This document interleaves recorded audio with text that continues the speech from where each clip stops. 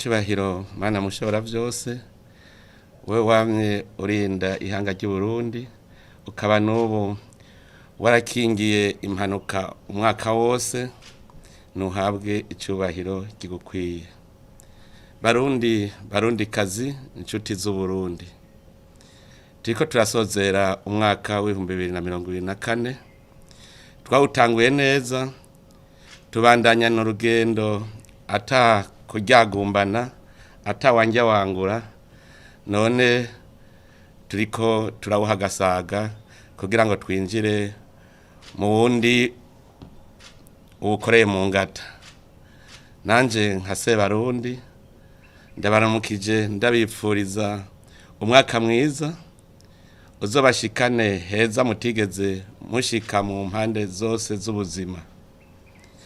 Ndakeje abene gihugu bakora mu bisata vyose vy'ubuzima bitanze batiziganya kugira iki gihugu kigume gitekanye kandi gihindura ishusho mu bijanye n'iterambere.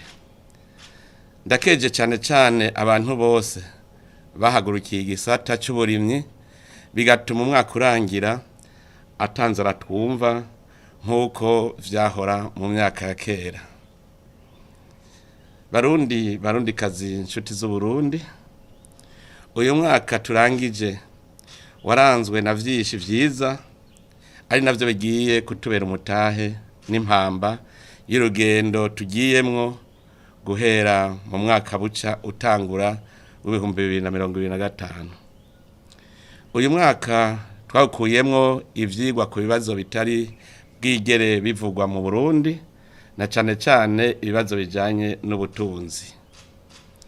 Uretse ko twakuyemwo isomo twaranabifatiye ko kugira ngo dukore umwimenyerezo witunganywa rishasha y'igihugu mu nzira idushikana mu iterambere rirama kandi ridakumira.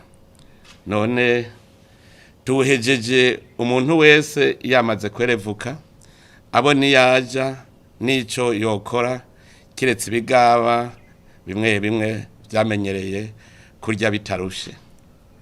Nico gituma mfashe kano kanya kugira ngo nkeze mwese abarundi n'abanyamahanga ba mu Burundi bafise ishaka ryo kwiteza imbere no guteza imbere igihugu. Mbere bimwe vyihariye ndakeje ugwaruka n'abakenyezi kumwete n'ubwira mwerekanye mu bikorwa vy'iterambere. Cane ndakeje ugwaruka rwo mu gisagara kuko ubu gwaratahuye ko kubaho atari kuba mu bibanza canke mu buzi bw'ibisata vy'igihugu, ahubwo ko kubaho ari gukora ibikorwa bigwiza umwimbu. Barundi kazi inshuti z'Uburundi, uyu mwaka rutanguye 2025 ni umwaka w'ifatiro n'intango yo gushira mu ngiro imbona kazoza y'igihugu cacu. Twawise umwaka w'umunyamwete, icivugo cawo naco kikaba ari ikingo Murundi wese gira ico ukoze kugira ngo Uburundi bushike kwihangiro ry'igihugu giteye imbere. Muti igihugu giteye imbere kiba gifise ishusho imeze gute? Ni igihugu kirangwamwo ukwishira n'ukwizana, amahoro n'umutekano, ariko kandi abene gihugu bakaba baroraniwe bakagira ivyo bafungura naho barara, bakagira amagara meza, ubwenge n'ubumenyi, igihugu naco kikagira ijunja n'ijambo mu makungu gitunze kandi gitunganiwe.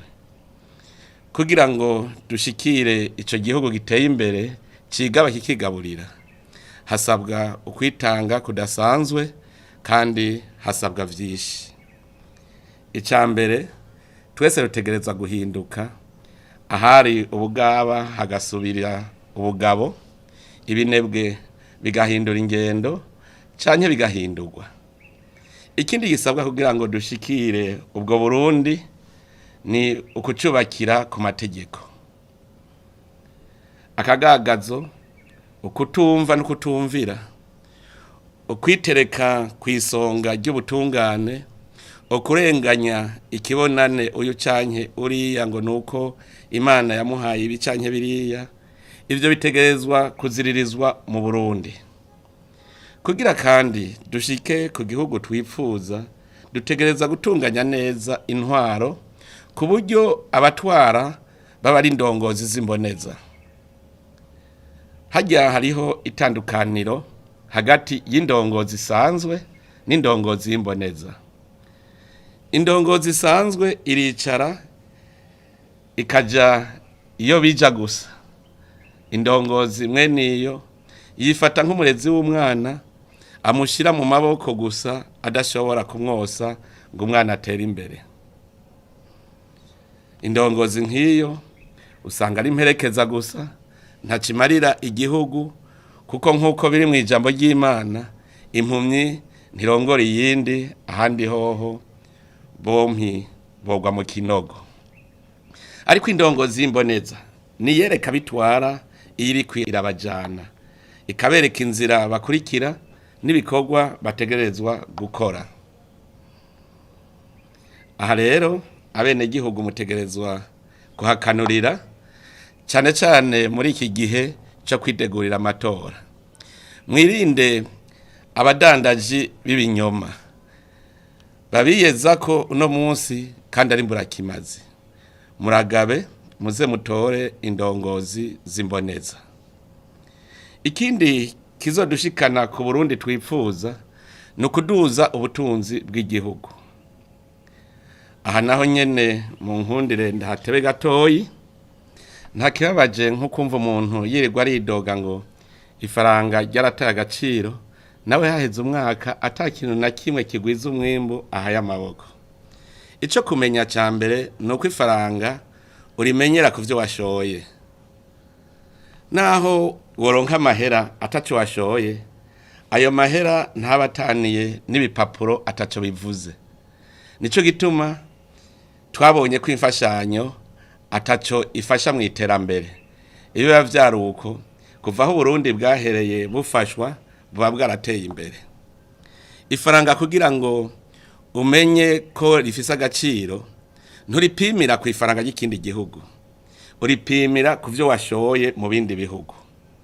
Ifaranga kugira ngo riduge ni ugukora tukimbura tukaronka ivyo dushora. Kugira rero igihugu gitera imbere, igikorwa ciremezo ni ukubungabunga ivyo ufise ukongera ukagwiza umwimbo. Muri uyu mwaka twarabonye ko abarundi batarategera neza ibijanye no kubungabunga ubutunzi bw'igihugu. Abagwiza tunga n'abadandaza ntibaratahura akamaro k'amakori n'amatagisi. Abakorera leta ntibaratahura ikoreshwa neza ry'ikigega cy'igihugu. Mbere benshi bifata nk'uko batazi amahera igihugu gikoresha yava. Twarabonye no mu bushikiranganje bumwe bumwe basohora amahera bafatiye ku masoko atabaho n'ibikorwa bitakozwe. Mbere n'abarongozi b'amabanki bifata nk'abatazi ko aribo bajejwe kubungabunga itunga ry'igihugu, kandi aribo bari kuba abahinga igihugu cikorako. Mbere uwo mwaka twarabonye n'abatoba n'impaka ubutunzi bw'igihugu. Bamwe baranyegeje amahera y'igihugu kugira bene igihugu babure ayo baja gusumisha kandi ari rwabo. Abandi barashoye ibidandazwa mu bindi bihugu, ariko ntibatahana amahera mva makungu barose. Ndetse n'ingenzi mva mahanga zaje mu gihugu, amahera mva makungu zazanye barayegeranije barayanyegeza kugira ngo igihugu ntikironke amahera mva makungu yo kugura ivyo Burundi butihingurira. Hari n'abandi bacisha ivyo baranguye hanze mu binywabi, kandi bazi neza ko ayo babiguze yavuye i Burundi. Aho hose bahunga amakori n'amatagisi. Uyu mwaka buca rutangura rero uzananye n'impinduka mu gutunganya ubutunzi bw'igihugu. Abahora batazi ko gutoba itunga ry'igihugu ari igicumuro gihanwa n'amategeko mpanavyaha nibabimenye, kuko ubu abahora bigira ibiro biteze bakinisha itunga ry'igihugu bagiye gufatirwa ingingo. Icambere coco mwe murakimenya, amakori n'amatagisi ategerezwa kwinjira yose mu kigega cy'igihugu. Uzokwigira sindabibazwa nawe amenye ko intahe izomukubita mu gahanga. Hariho abahora babikora bitwaje ko bahagarikiwe n'abigira ibihangange. Uzofatwa abimenye n'uwamukingiye ikibaba bazohanirwa hamwe. Abatoza kori mbaye ndabagabisha, ubu mumenye ko ari kwitanga. Bibaye ngombwa duhindura amategeko abagenga ku buryo bazohemberwa icyo bakoze. Binjije make bahembwe make, binjije menshi bahembwe menshi.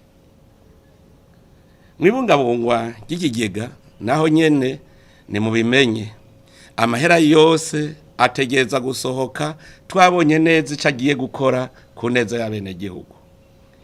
Abahora rero bayayangira mu kinyegero bamenye ko uyu mwaka buca utangura ari uwundi. Tuzokoresha ubushobozi bwose duhabwa n'amategeko kugira ngo abafise izo ngeso batuzwe, mbere n'abayasohoye ataco agiye gukora tubakurikirane bayagarukane kandi bahanwe. Mu bijanye n'igisata cyo kugwiza umwimbu, abarundi bose bavyumve kuko so bwa mbere ndabivuze. Kugira utunge wongere utunganirwe, utegerezwa kugira umwidegemvyo mu bijanye n'ubutunzi. Uwo mwidegemvyo ntuzoboneka utunzwe no gutega amashi. Umuntu wese aziko akorera uwundi, naho azoba akorera igihugu, ni wibaza uti mbega aka kazi nkora kohera uyu munsi nzobaho gute? Niba bazi ico kibazo ugasanga ikirato kizoca kiguhengamirako, umenye ko atakazozo uzoba ufise, ucukura amaboko mu mpuzu ukora ikintu kiguha umwimbu ushora ku isoko. Ibyo gushora ntibibuze, hari biva mu burimyi n'ubworozi, ibiva mu burovyi, ibiva mu bwonko bwacu, nibiva mu bikorwa vy'ingenzi. Turizeye ko atawobura icatora muri ivyo. Ivyo bigaca bijana no guhingura ivyo twimbuye be nitunga kama Imana yaturemeye. Umurundi atari muri ivyo bisata mvuze ntaca ariko arafasha mu iterambere ry'igihugu dushaka. Naho woba uri mu bindi bikorwa, ni vyiza ko ugira n'akantu gatoyi ukoze kagwiza umwimbu kugira ngo hagaciro amafaranga ufise. Dutegerezwa kugwiza umwimbu kugira ngo dukure hanze bike. Birabaje kubona mu masoko yose, mu maduka yuzuyemwo ibintu biva hanze, mbere harimwo n'ivyo twari kwihingurira ngaha iwacu.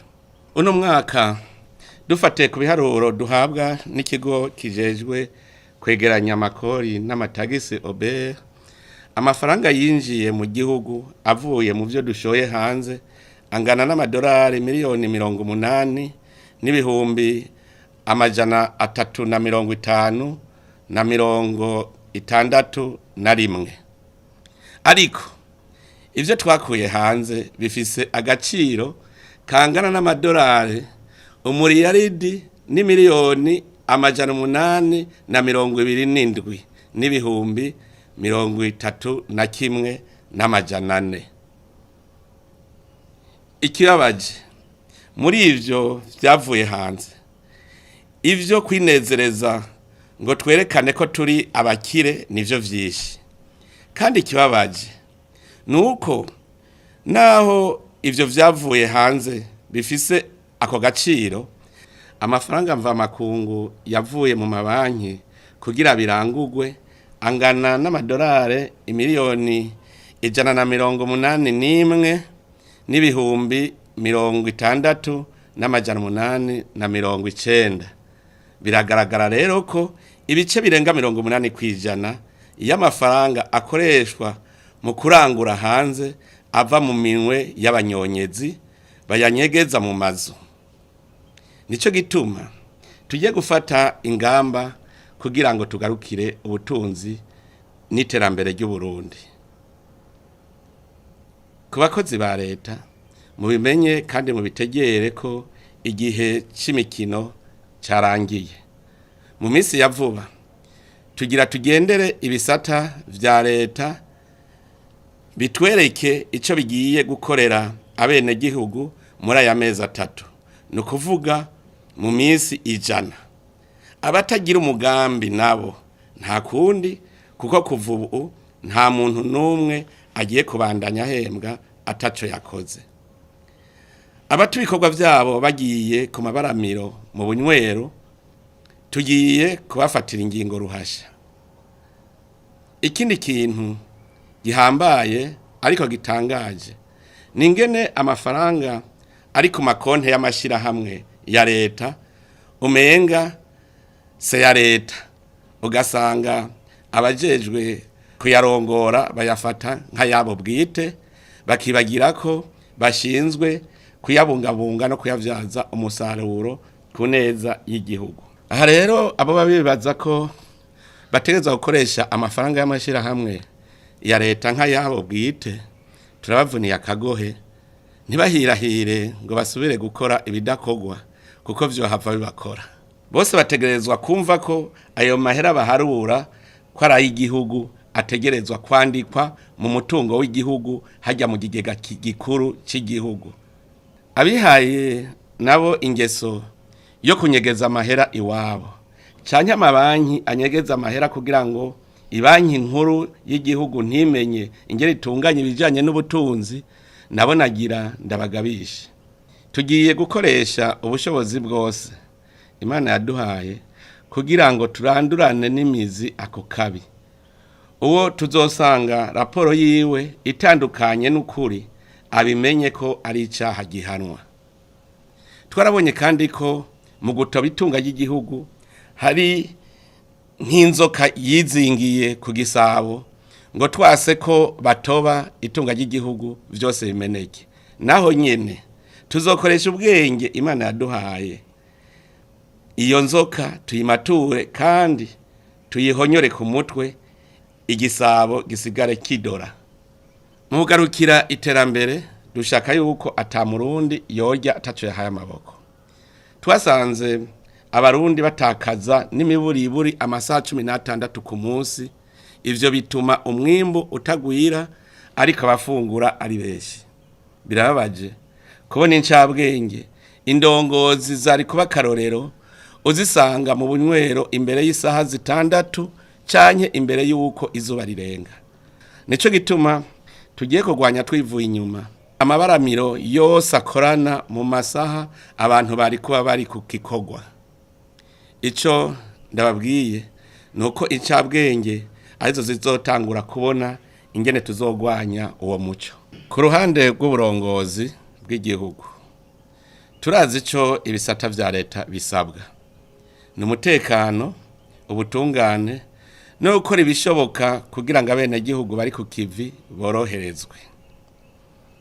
Tugiye gukora ibishoboka kugira ngo igihugu naco gishobore kuronka uburyo butuma abo bene gihugu baramigwa. Nico gituma tugiye kwitaho bimwe biboneka igisata cyo guhingura ubutare kugira ngo Burundi nabwo buronke ico bushora hanze, buronke uburyo bwo kubaka inyubako rusangi no kurondera umuyaga nkuba ukwiye. Barundi kazi, Uburundi buteye imbere kandi ntituzobushikira tutitayeho ibidukikije. Ntitwibagire ko iyi si ari ingabire twahawe n'Imana ku buntu, itubungabungiye ubuzima, ni naco gituma natwe dutegerezwa kuyibungabunga. Gukingira ibidukikije no gukunda isi n'igihugu catwibarutse. Nico gituma tuzokwama duhimiriza guca imikobeko aho hose ikenewe no gutera ibiti canke ivyatsi ku nkengera y'inzuzi. Barundi kazi, iyo twavuye turahazi kandi turahazirikana, iyo tuja turahazi, murumvise ko ari kure. ni kure ariko haragendwa, tuzohashika kuko ni heza, icyo umutima ushatse ntikiba kure y'amaguru. Ishingiye kuri ivyo mpejeje kuvuga vyose, nsavye mwese abarundi ibi bikurikira: nimugire urunani mu gukora, musenyere ku mugozi umwe. Kuva na kera narindi abarundi bamye bakorera hamwe, bagahinda ikibiri kugira ngo barime hanini bimbure vyinshi bipfuza. Na twebwe rero mu gihugu cyose nituje hamwe, turangure imigambi iduza ubutunzi, dutunge dutunganirwe. Ntihagire usubira guhagarika umutima kubera ibicantege duhura. Ivyo vyose tuzobitsinda turi ku kivi. Barundi kazi, inshuti z'Uburundi, sinosozera ntabamenyesheje ingingo zine zikurikira zigiye gufatwa kugira ngo dukomeze urugendo rwacu rutuganisha mu gihugu giteye imbere. Ubwa mbere, nk'uko bitegerezwa, tuzobandanya ducungera amahoro n'umutekano. Uzohirahira agashaka kuwudurumbanya azofatwa nk'umwasi w'igihugu, aronke igihano kimubereye. Ubwa kabiri, abagize akamenyero kurya ibiturire no gusesagura amatungo y'igihugu bazobogozwa mu mabanga yabo, bahanwe, barihe ikibiriraho ivyo basahuye, kandi ntibazosubira gushingwa amabanga n'igihugu. Ubugira gatatu, abanyegeza amahera yabo mu mazu aho kuyatwara mu mabanki canke amabanki adatanga raporo y'ukuri mu banki nkuru y'igihugu, abadatanga amakori n'amatagisi bitwaje ibihagararo vyabo bazofatwa nk'abasi b'iterambere ry'igihugu, abagarariji, hanyuma bahanwe vy'akarorero. Ubwa nyuma, umuntu azofatwa ariko anyegeza ibicuruzwa ivyo ari vyo vyose kubera uburiganya, ivyo twita stock de speculation, canke ariko aduza ibiciro uko yishakiye, agurisha ibidandazwa ku biciro yishingiye wenyene, yitwaje ibi na biriya, azokwakwa uburenganzira bwo gucuruza hamwe n'ibindi bihano ruhasha. Dusavye ubunyene ubushikiranganji bw'ubudandaji gukora ivyigwa vuba kugira ngo hamenyekane ibiciro mfatirwako vy'ibidandazwa hamwe n'inyungu ntarengwa ku bikorwa vy'ubudandaji ku masoko yahi wacu. Gutyo abahiganwa bazohiganwa bamanuka hasi, ntibazohiganwa baniga umwene gihugu.